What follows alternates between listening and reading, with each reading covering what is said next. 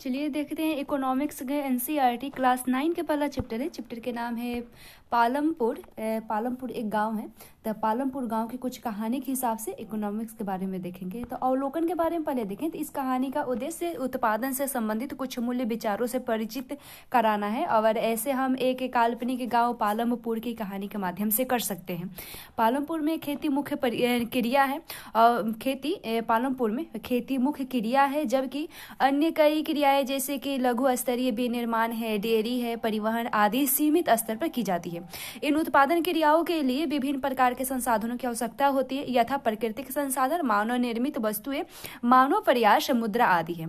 और पालमपुर की कहानी से हमें विदित होगा कि गांव में इच्छित वस्तु और सेवाओं को उत्पादित करने के लिए विभिन्न संसाधन किस प्रकार समायोजित होते हैं। परिचय के हिसाब से देखें पहले तो पालमपुर आस पड़ोस के गांव और कस्बों से भली भांति जुड़ा हुआ है और एक बड़ा गांव रायगंज पालमपुर से 3 किलोमीटर की दूरी पर है और प्रत्येक मौसम में यह सड़क गांव को रायगंज और उससे आगे निकटतम छोटे कस्बे शाहपुर से जोड़ देती है। और इस सड़क पर गुड़ और अन्य वस्तु से लदी हुई बैलगाड़ियां होती है और भैंस वागवी इसे लेकर अन्य कई तरह के वाहन जैसे मोटरसाइकिल, जीप, ट्रक और उसके बाद ट्रैक्टर आदि को देखे जा सकते हैं।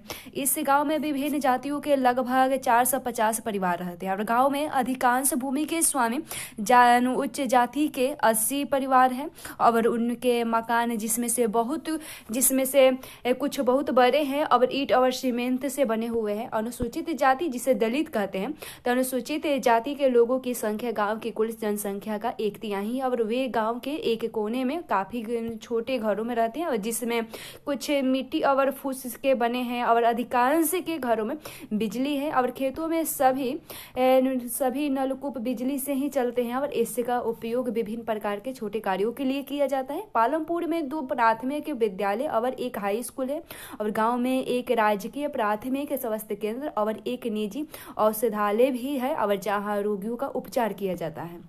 उसके बाद एक काल्पनिक गांव पालमपुर की कहानी हमें किसी भी गांव में विभिन्न प्रकार के उत्पादन संबंधी गतिविधियों के बारे में बताती है और भारत में गांव में खेती उत्पादन की प्रमुख गतिविधि भी है और अन्य उत्पादन गतिविधियों में जिन्हें गैर कृषि क्रियाएं कहा जाता है, लघु विनिर्माण, परिवहन, दुकानदारी आदि शामिल है। और हम उत्पादन के बारे में कुछ सामान्य बातें जानने के बाद इन दोनों प्रकार की क्रियाओं पर भी विचार करेंगे। तो चलिए देखते हैं उत्पादन का संगठन के बारे में। तो उत्पादन का उद्देश्य ऐसी वस्तु और सेवाएं उत्पादित करना है जिनके हमें आवश्यकता होती है और वस्तु और सेवाओं के उत्पादन के लिए 4 चीजें आवश्यक है। पहली आवश्यकता यह है कि भूमि तथा अन्य प्राकृतिक संसाधन जैसे जल, वन, खनिज है। दूसरी आवश्यकता श्रम अर्थात जो लोग काम करेंगे उसकी जरूरत है। उसके बाद कुछ उत्पादन प्रक्रियाओं में जरूरी कार्यों को करने के लिए बहुत ज्यादा पढ़े लिखे कर्मियों की जरूरत होती है। दूसरी क्रियाओं के लिए शारीरिक कार्य करने वाले श्रमिकों की जरूरत होती है। प्रत्येक श्रमिक उत्पादन के लिए आवश्यक श्रम प्रदान करते हैं। और तीसरी आवश्यकता भौतिक पूंजी है अर्थात उत्पादन के प्रत्येक स्तर पर अपेक्षित कई तरह के आगमन। और क्या आप जानते हैं कि भौतिक पूंजी के अंतर्गत कौन कौन सी मदें आती है? जैसे कम में देखें तो औजार, मशीन, भवन। औजार तथा मशीनों में अत्यंत साधारण औजार जैसे किसानों का हल से लेकर परिष्कृत मशीनें जैसे जनरेटर हो गए, टरबाइन हो गया, कंप्यूटर आदि ये सब आते हैं। औजारों, मशीनों और भवनों का उत्पादन में कई वर्षों तक प्रयोग होता है और इन्हें स्थायी पूंजी कहा जाता है। ख में देखें तो कच्चा माल और नगद मुद्रा में देखें तो उत्पादन में कई प्रकार के कच्चे माल की आवश्यकता होती है, जैसे बुनकर द्वारा प्रयोग में किए जाने वाले सूती और कुम्हारों द्वारा प्रयोग में की जाने वाली मिट्टी है। उत्पादन के दौरान भुगतान करने वाले तथा जरूरी माल खरीदने के लिए कुछ पैसों की भी आवश्यकता होती है। कच्चा माल तथा नगद पैसों को कार्यशील पूंजी कहते हैं और औजारों, मशीनों और भवनों से भिन्न से चीजें उत्पादन क्रिया के दौरान समाप्त हो जाती है। एक चौथी आवश्यकता भी होती है और आपको स्वयं उपभोग हेतु या बाजार में बिक्री हेतु उत्पादन के लिए भूमि, श्रम और भौतिक पूंजी को एक साथ करने योग्य बनाने के लिए ज्ञान और उद्यम की आवश्यकता होती है। और आजकल इसे मानव पूंजी कहा जाता है और मानव पूंजी के विषय में और अधिक अध्ययन हम अगले अध्याय में करके देखेंगे। और जैसे यहाँ पर चित्र में दिया गया है कि चित्र में उत्पादन में प्रयुक्त भूमि, श्रम और अस्थायी पूंजी की भी पहचान कराया जा रहा है, यहाँ पर पहचान कर सकते हैं। उसके बाद उत्पादन भूमि, श्रम और पूंजी को संयोजित करके संगठित होती है, जिससे उत्पादन के कारक कहा जाता है। पालमपुर की कहानी को पढ़ने के क्रम में हम उत्पादन के प्रथम 3 कारकों के बारे में और अधिक सीखेंगे। सुविधा के लिए इस अध्याय में हम भौतिक पूंजी को भी पूंजी कहेंगे। उसके बाद चलिए देखते हैं पालमपुर में खेती के बारे में। तो इससे पहले हम भूमि स्थिर है इसके बारे में देखते हैं। पालमपुर में खेती उत्पादन की प्रमुख क्रिया है। काम करने वाले में 75% लोग अपनी जीविका के लिए खेती पर निर्भर है। वे किसान अथवा कृषि श्रमिक हो सकते हैं और इन लोगों का हित खेतों में उत्पादन से जुड़ा हुआ है। लेकिन याद रखिए कि कृषि उत्पादन में एक मूलभूत कठिनाई यह है और एक मूलभूत कठिनाई भी है और खेती में प्रयुक्त भूमि क्षेत्र वस्तुतः स्थिर होता है। और पालमपुर में वर्ष 1990 से आज तक जुताई के अंतर्गत भूमि क्षेत्र में कोई विस्तार नहीं हुआ है। उस समय तक गांव की कुछ बंजर भूमि को कृषि योग्य भूमि में बदल दिया गया था और नई भूमि को खेती योग्य बनाकर कृषि उत्पादन को और बढ़ाने की गुंजाइश की गई थी। जैसे यहाँ कुछ दिया गया संकेत के हिसाब से कि भूमि मापने की मानक इकाई हेक्टेयर कहा जाता है। यद्यपि गांवों में भूमि का माप बीघा, उसके बाद गुंठा आदि जैसे क्षेत्रीय इकाइयों में भी की जाती है। और 1 हेक्टेयर 100 मीटर की भुजा वाले वर्ग के क्षेत्रफल में होता है। मैंने 100 मीटर की भुजा वाले वर्ग के क्षेत्र में के बराबर होता है 1 हेक्टेयर। और उसके बाद क्या आप 1 हेक्टेयर के मैदान के क्षेत्र की तुलना अपने स्कूल के मैदान से कर सकते हैं? एक प्रश्न भी है। और उसके बाद देखते हैं क्या उसी भूमि से अधिक पैदावार करने का कोई तरीका हो। तो इसके बारे में देखें तो जिस प्रकार की फसल पैदा की जाती है और जैसी सुविधाएं उपलब्ध है उन्हें देखते हुए पालमपुर उत्तर प्रदेश के पश्चिमी भाग के गांव की तरह लगता है। और पालमपुर में समस्त भूमि पर खेती की जाती है, कोई भूमि बेकार नहीं छोड़ी जाती। और उसके बाद बरसात के मौसम में यानी खरीफ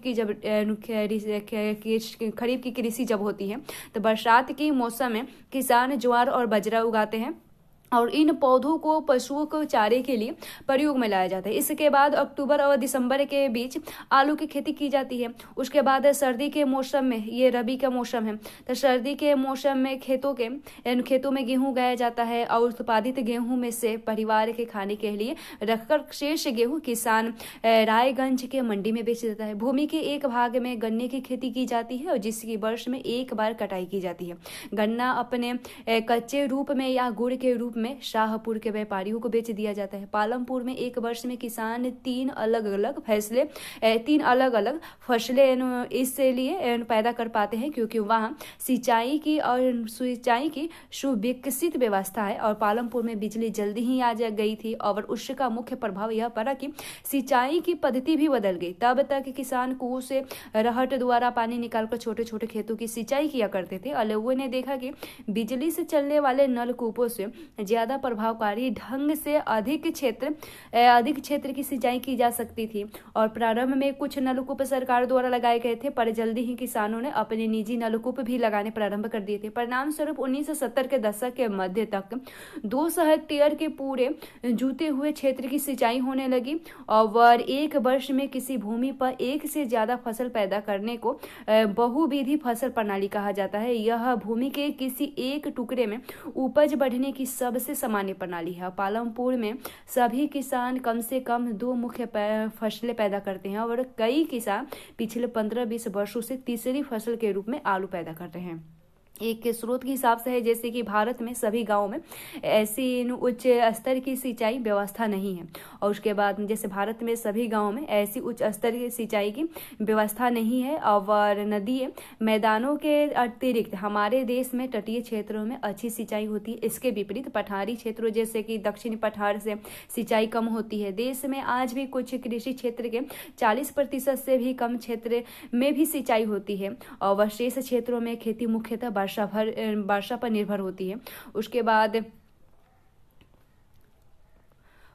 देखते हैं कि पालमपुर में यहाँ कुछ आइए हम चर्चा कर सकते हैं। चर्चा के हिसाब से भी दिया गया है कि सिंचाई के अंतर्गत आने वाले क्षेत्र को बढ़ाना आवश्यक है और क्यों है। उसके बाद एक और है कि क्या आप पालमपुर में पैदा की जाने वाली फसलों के बारे में पढ़ चुके हैं और इससे आपके क्षेत्र में पैदा की जाने वाली फसलों की भी सूचना का अधिकार पर निम्न सारणी बनाकर तैयार कर सकते हैं कि आपके क्षेत्र में कौन कौन से फसलें पैदा की जाती है। उसके बाद आपने देखा कि एक ही जमीन के टुकड़े से उत्पादन बढ़ाने का एक तरीका बहुविधि फसल प्रणाली है और दूसरा तरीका अधिक उपज के लिए खेती में आधुनिक कृषि विधियों का प्रयोग करना है और उपज को भूमि के किसी टुकड़े में एक ही मौसम में पैदा की गई फसल के रूप में मापा जाता है। 1960 के दशक में मध्य तक खेती में प्रारंभिक बीजों का प्रयोग किया जाता था और जिसकी उपज अपेक्षाकृत कम थी। परंपरागत बीजों को कम सिंचाई की आवश्यकता होती थी। किसान उर्वरकों के रूप में गाय के गोबर या दूसरी प्राकृतिक खाद का प्रयोग करते थे और यह सब किसानों के पास तत्काल ही उपलब्ध थे, इससे कि इन्हें उनको खरीदने की आवश्यकता भी नहीं पड़ती थी। 1960 के दशक के अंत में हरित क्रांति ने भारतीय किसानों को अधिक उपज वाले बीजों यानी HYV के द्वारा गेहूं और चावल की खेती करने का तरीका सिखाया और परंपरागत बीजों की तुलना में HYV बीजों से एक ही पौधे से ज्यादा मात्रा में अनाज पैदा होने की आशा थी और इसके परिणाम स्वरूप जमीन के उसी टुकड़े में पहले की अपेक्षा कहीं अधिक अनाज की मात्रा पैदा होने लगी। यद्यपि अति उपज प्रजातियों वाले बीजों से अधिकतर उपज पाने के लिए बहुत ज्यादा पानी तथा रासायनिक खाद और कीटनाशकों की जरूरत थी। अधिक उपज केवल अति उपज प्रजातियों वाले बीजों, सिंचाई, रासायनिक उर्वरकों और कीटनाशकों आदि के संयोग से ही संभव थी। भारत में पंजाब, हरियाणा और पश्चिमी उत्तर प्रदेश के किसानों ने खेती के आधुनिक तरीकों का सबसे पहले प्रयोग किया और इन क्षेत्रों में किसानों ने खेती में सिंचाई के लिए नलकूप एवं HYV बीजों के रासायनिक उर्वरकों तथा कीटनाशकों का प्रयोग किया और उनमें से कुछ ने ट्रैक्टर और फसल गहाने के लिए मशीनें खरीदी और जिसने जुताई और कटाई के काम को तेज कर दिया और इसने गेहूं की ज्यादा पैदावार प्राप्त होने लगी किसानों को। उसके बाद पालमपुर में परंपरागत बीजों से गेहूं का उपज 1300 किलोग्राम प्रति हेक्टेयर थी। उसके बाद HYV बीजों से उपज 3200 किलोमीटर प्रति हेक्टेयर तक पहुंच गई। गेहूं के उत्पादन में बहुत अधिक वृद्धि हुई। किसानों के पास बाजार में बेचने को अब अधिशेष गेहूं के काफी मात्रा उपलब्ध हो गए थे, ज्यादा बढ़ गए थे। उसके बाद जैसे एक दिया गया है सुझाई गई क्रिया, जैसे खेत बचाने के पश्चात अपने क्षेत्र के कुछ किसानों से बात करने का यह मालूम किया जाता है कि आधुनिक या परंपरागत या मिश्रित खेती की इन विधियों में से किसान किसका प्रयोग करते हैं एवं टिप्पणी इस पर हम लिख सकते हैं। उसके बाद सिंचाई के क्या स्रोत होते हैं इसके बारे में हम लिख सकते हैं। उसके बाद कृषि भूमि के कितने भाग और कितने भाग में सिंचाई होती है इसके बारे में हम लिख सकते हैं। उसके बाद किसान अपने लिए आवश्यक आगत कहाँ से प्राप्त करते हैं इसके बारे में हम लिख सकते हैं। उसके बाद देखते हैं क्या भूमि यह धारण कर पाएगी, देखते हैं इसके बारे में। तो भूमि एक प्राकृतिक संसाधन, अतः इसका सावधानी पूर्वक प्रयोग करने की जरूरत है। वैज्ञानिक रिपोर्ट से संकेत मिलता है कि खेती की आधुनिक कृषि विधियों ने प्राकृतिक संसाधन आधार का अति उपयोग किया। अनेक क्षेत्रों में हरित क्रांति के कारण उर्वरकों के अधिक प्रयोग से मिट्टी की उर्वरता कम हो गई और इसके अतिरिक्त नलकूपों से सिंचाई के कारण भूमि जल के स्तर प्रयोग से भौम जल स्तर कम हो गया और मिट्टी की उर्वरता और भौम जल जैसे पर्यावरणीय संसाधन कई वर्षों में बनते हैं और एक बार नष्ट होने के बाद उन्हें पुनर्जीवित करना बहुत कठिन होता है और कृषि का भावी विकास सुनिश्चित करने के लिए हमें पर्यावरण की देखभाल करनी आवश्यक होती है। उसके बाद जिसे एक स्रोत के हिसाब से दिया गया है कि रासायनिक उर्वरक ऐसे खनिज होते हैं जो पानी में घुल जाते हैं और पौधे को तुरंत उपलब्ध हो जाते हैं, लेकिन मिट्टी इन्हें लंबे समय तक धारण नहीं कर सकती। वे मिट्टी से निकलकर भौम जल, नदी और तालाबों को प्रदूषित करते हैं। रासायनिक उर्वरक को मिट्टी में उपस्थित जीवाणु और सूक्ष्म अवयवों को नष्ट कर देते हैं। इसका अर्थ यह है कि उनके प्रयोग के कुछ समय पश्चात मिट्टी पहले की तुलना में कम उपजाऊ रह जाती है। उसके बाद देश में रासायनिक खाद का सबसे अधिक प्रयोग पंजाब में हुआ है। उसके बाद रासायनिक खाद के निरंतर प्रयोग में मिट्टी की गुणवत्ता को कम कर दिया है। पंजाब के किसानों को पहले का उत्पादन स्तर पाने के लिए अब अधिक से अधिक रासायनिक उर्वरकों और अन्य आगतों का प्रयोग करना पड़ता है। इसका मतलब यह है कि वहाँ खेती की लागत बहुत तेजी से बढ़ रही है। उसके बाद चलिए देखते हैं पालमपुर के किसानों में भूमि किस प्रकार के वितरित होते हैं। तो आपने यह जान लिया होगा कि खेती के लिए भूमि कितनी महत्वपूर्ण होती है। दुर्भाग्यवश खेती के काम में लगे सभी लोग के पास खेती के लिए पर्याप्त भूमि नहीं है। पालमपुर में 450 परिवारों में से लगभग 1/3 अर्थात 150 परिवारों के पास खेती के लिए भूमि नहीं है, जो अधिकांशतः दलित हैं, और बाकी परिवारों में से 240 परिवार जिनके पास भूमि है 2 हेक्टेयर से कम क्षेत्रफल वाले छोटे भूमि के टुकड़ों पर ही खेती करते हैं। और भूमि के ऐसे टुकड़ों पर खेती करने से किसानों के परिवारों को पर्याप्त आमदनी नहीं होती है। उसके बाद 1960 में कृषक गोविंद के पास 2.25 हेक्टेयर अधिकतर असिंचित भूमि थी। और गोविंद अपने 3 पुत्रों की मदद से एक एग्जाम्पल से देखते हैं। गोविंद अपने 3 पुत्रों की मदद से इस भूमि पर खेती करता था। और यद्यपि वे बहुत आराम से नहीं रह रहे थे, और लेकिन परिवार अपनी एक भैंस से होने वाली कुछ अतिरिक्त आय के द्वारा अपना गुजारा करते थे। भैंस था, दूध बेचते थे। उसके बाद गोविंद की मृत्यु के पश्चात कुछ वर्षों बाद यह भूमि उसके 3 पुत्रों में बट गई और प्रत्येक के पास अब केवल 0.75 हेक्टेयर भूमि का टुकड़ा सबके पास हो गया। परंतु अब बेहतर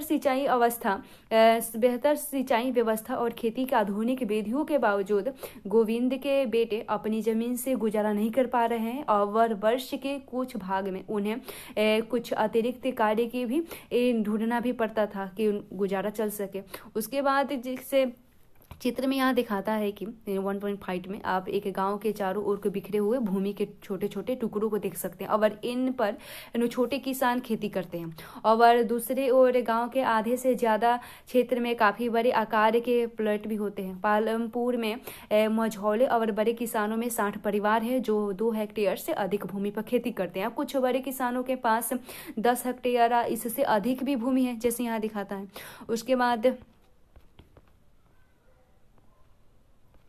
उसके बाद हम देखते हैं श्रम की व्यवस्था कौन करेगा। तो श्रम की व्यवस्था कौन करेगा, तो भूमि के पश्चात श्रम उत्पादन का दूसरा आवश्यकता है और आवश्यक कारक है। और खेती में बहुत ही ज़्यादा परिश्रम की आवश्यकता होती है। छोटे किसान अपने परिवारों के साथ अपने खेतों में स्वयं काम करते हैं, और वे इस तरह खेती के लिए आवश्यक श्रम की आवश्यकता स्वयं ही करते हैं। और मझौले और बड़े किसान अपने खेतों में काम करने के लिए दूसरे श्रमिकों उसे कराते हैं, उन पर निर्भर रहते हैं। उसके बाद परिवारों से आते एक चर्चा जैसे दिया गया है कि खेती में किए जाने वाले कार्यों को चित्र के हिसाब से हम पहचान सकते हैं। और खेती में काम करने के लिए श्रमिक या तो भूमिहीन परिवारों से आते हैं, या बहुत से छोटे प्लांटों में खेती करने वाले परिवारों से होते हैं। और खेतों में काम करने वाले श्रमिकों को उगाई गई फसल का कोई अधिकार नहीं होते हैं जैसे किसानों का होता है, बल्कि उन्हें उन किसानों द्वारा मजदूरी मिलती है जिनके लिए वे काम करते हैं। क्षेत्र नगद या वस्तु जैसे अनाज के रूप में हो सकती है, या पैसे दिया जाता है। और कभी कभी श्रमिकों को भोजन भी मिलता है। मजदूरी एक क्षेत्र से दूसरे क्षेत्र, एक फसल से दूसरी फसल, और खेत में एक से दूसरे कृषि कार्य जैसे बुआई और कटाई जैसे के लिए अलग अलग कार्य होती है। और उसके बाद रोजगार की अवधि में भी काफी भिन्नता भी होती है। खेती में काम करने वाले श्रमिक या तो दैनिक मजदूरी के आधार पर कार्य करते हैं, या उन्हें कार्य विशेष जैसे कटाई पूरे साल के लिए काम पर रखा जा सकता है। उसके बाद पालमपुर में दैनिक मजदूरी पर काम करने वाला एक भूमिहीन श्रमिक है। इसका मतलब यह है कि उसे लगातार काम ढूंढने पड़ते हैं। और सरकार द्वारा खेतों में काम करने वाले श्रमिकों के लिए एक दिन का न्यूनतम वेतन 2019 के हिसाब से 300 निर्धारित है, और लेकिन डाला को मात्र 160 रुपये ही मिलते हैं। पालमपुर में खेतीहर श्रमिकों में बहुत ज्यादा स्पर्धा है, इसलिए लोग कम वेतन में भी काम करने को भी सहमत हो जाते हैं। और डाला अपनी स्थिति के बारे में रामकली से शिकायत भी करता है, जो कि एक अन्य खेतीहर श्रमिक है। और डाला और रामकली दोनों गांवों के निर्धन व्यक्तियों में से एक है। उसके बाद खेती में खेतों के लिए आवश्यक पूंजी के हिसाब से देखें तो आप पहले ही देख चुके हैं कि खेती के आधुनिक तरीकों के लिए बहुत अधिक पूंजी की आवश्यकता होती है। अतः अब किसानों को पहले की अपेक्षा ज़्यादा पैसा चाहिए। देखते हैं जैसे कि पहला इसमें तो अधिसंख्य छोटे किसानों को पूंजी की व्यवस्था करने के लिए पैसे उधार लेने पड़ते हैं। वे बड़े किसानों से या गांव में साहूकारों से या खेती के लिए विभिन्न आगतों की पूर्ति करने वाले व्यापारियों से कर्ज लेते हैं। ऐसे कर्जों पर ब्याज की दर बहुत ऊंची होती है। कर्ज चुकाने के लिए उन्हें बहुत कष्ट सहने पड़ते हैं। एक कहानी जैसे दिया गया सविता की कहानी के हिसाब से सविता एक लघु कृषक है। वह अपनी 1 हेक्टेयर जमीन पर गेहूं पैदा करने की योजना बनाती है। बीज और कीटनाशकों के अतिरिक्त उसे पानी खरीदने और खेती के औजारों की मरम्मत करवाने के लिए नगद पैसे की जरूरत होती है। उसका अनुमान है कि कार्यशील पूंजी के रूप में ही उसे 3000 रुपये चाहिए और उसके पास पैसा नहीं थे, इसलिए वह एक बड़े किसान तेजपाल सिंह से कर्ज लेने का निर्णय लेती है। तेजपाल सिंह सविता को 24% की दर पर 4 महीने के लिए कर्ज देने को तैयार होता है, जो ब्याज की एक बहुत ऊंची दर है। और सविता को यह भी वचन देना पड़ता है कि वह कटाई के मौसम में उसके खेतों में एक श्रमिक के रूप में 100 रुपये प्रति दिन पर काम करेगी। और उसके बाद आप भी कह सकते हैं कि यह मजदूरी बहुत कम है। सविता जानती है कि उसे अपने खेती की एक कटाई पूरी करने में बहुत मेहनत करनी पड़ती है और उसके बाद तेजपाल के खेतों में भी श्रमिक की तरह काम करना होगा। कटाई का समय बहुत व्यस्त होता है। 3 बच्चों की मां के रूप में उस पर घर के कामों के भी बहुत जिम्मेदारी होती है। सविता इन कठोर शर्तों को मानने के लिए तैयार हो जाती है क्योंकि उसे मालूम है कि छोटे किसानों को कर्ज मिलना बहुत कठिन है। उसके बाद इनके पूंजी की आवश्यकता कहाँ से होती है तो इसके बारे में फिर दूसर का देखें तो छोटे किसानों के विपरीत मझौले और बड़े किसानों को खेती से बचत होती है। इस तरह वे आवश्यक पूंजी की व्यवस्था कर लेते हैं। और इन किसानों को बजट कैसे होती है, आप इसका उत्तर अपने भाग में ही खुद पा सकते हैं, खुद खोज सकते हैं। उसके बाद देखते हैं अधिशेष कृषि उत्पादों की बिक्री के हिसाब से देखें। मान लीजिए कि किसानों ने उत्पादन के 3 कारकों का प्रयोग कर अपनी भूमि में गेहूं पैदा कर लिया हो और गेहूं की कटाई की जाती है और उत्पादन पूर्ण हो जाती है। किसान गेहूं का क्या करते हैं, वे परिवार के उपभोग के लिए कुछ गेहूं रख लेते हैं और अधिशेष गेहूं को बेच देते हैं। सविता और गोविंद के बेटे जैसे छोटे किसानों के पास बहुत कम अधिशेष गेहूं रहता है क्योंकि उनका कुल उत्पादन बहुत कम होता है और इसमें से एक बड़ा भाग वे परिवार की आवश्यकताओं के लिए रख लेते हैं। इसलिए मझौले और बड़े किसान ही बाजार में गेहूं की पूर्ति कर पाते हैं। और जैसे चित्र में दिखाता है 1.1 में कि आप गेहूं से लदी हुई बाजार जाती हुई बैलगाड़ी को देख सकते हैं। बाजार में व्यापारी गेहूं खरीद कर उससे आगे कस्बे और शहरों के दुकानों को बेचते हैं। एक बड़े किसान तेजपाल सिंह को अपने समस्त भूमि से 350 क्विंटल अधिशेष गेहूं प्राप्त होते हैं और अपने अतिरिक्त गेहूं को वह रायगंज के बाजार से बेच देता है और अच्छी कमाई करता है।